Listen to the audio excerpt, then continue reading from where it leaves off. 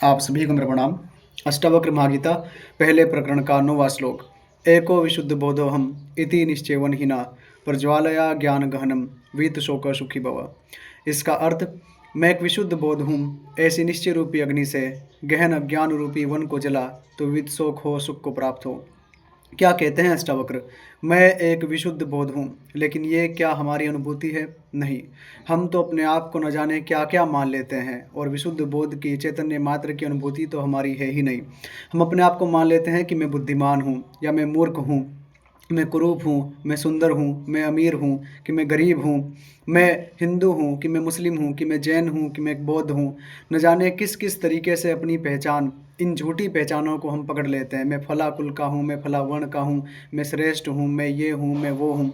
और अष्टावक्र कहते हैं कि यदि तुमने विशुद्ध बोध मात्र जो तुम्हारी वास्तविक सत्ता है उसके अलावा अन्य किसी भी पहचान को पकड़ा तो तुम भटक गए।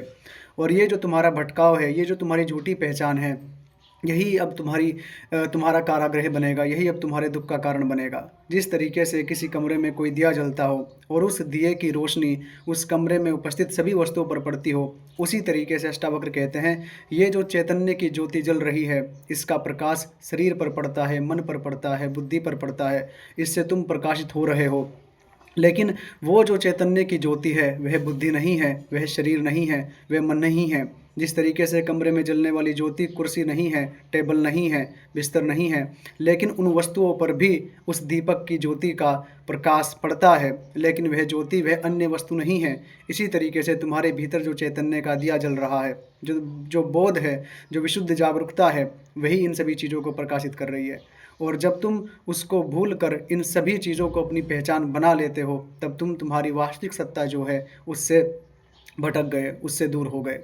तो ये आखिर कैसे होगा? कैसे हमें हमारी वास्तविक सत्ता का पता लगेगा?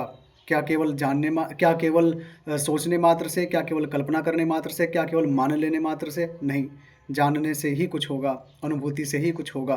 निश्चय का अर्थ यहाँ पर यही है कि आपको अपने भीतर डूबना पड़ेगा, और आपकी अनुभूति ही आपको मुक्त करेगी, मुक्ति की ओर लेकर के जाएगी।